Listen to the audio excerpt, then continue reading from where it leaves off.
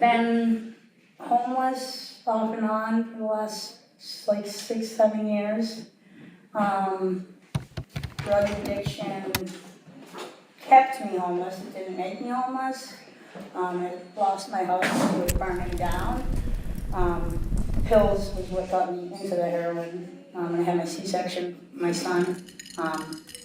Doctor kept me on as longer than need be. Because I had complications with my C-section, so then I ended up going to heroin because the opiate sickness.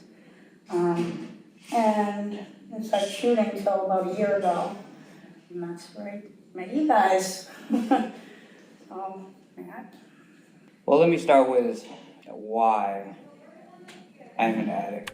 I was in Iraq and Afghanistan. I was with 2nd Battalion, 1st Marines. I did a total of 9 years in the Marine Corps, but I did about 5, almost 6 years total in Iraq and Afghanistan, 2 tours.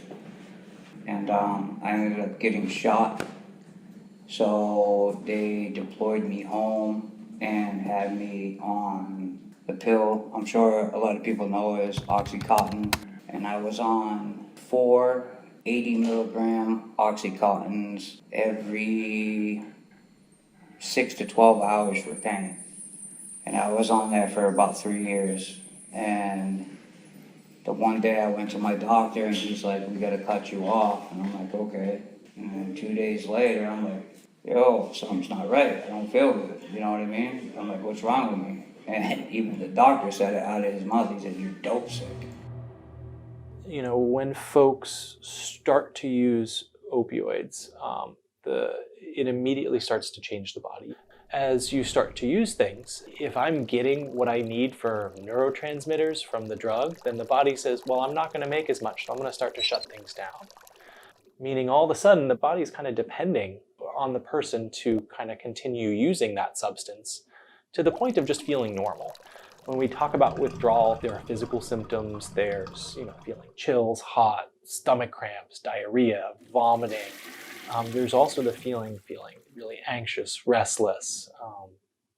People have described it to me as the worst flu and the worst depression that they have felt.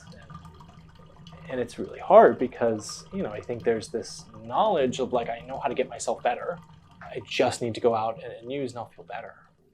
So that can be really, really difficult. And that's where the medications really come in because, the nice thing about the medications, whether it's buprenorphine or Suboxone or methadone, is that they're long acting.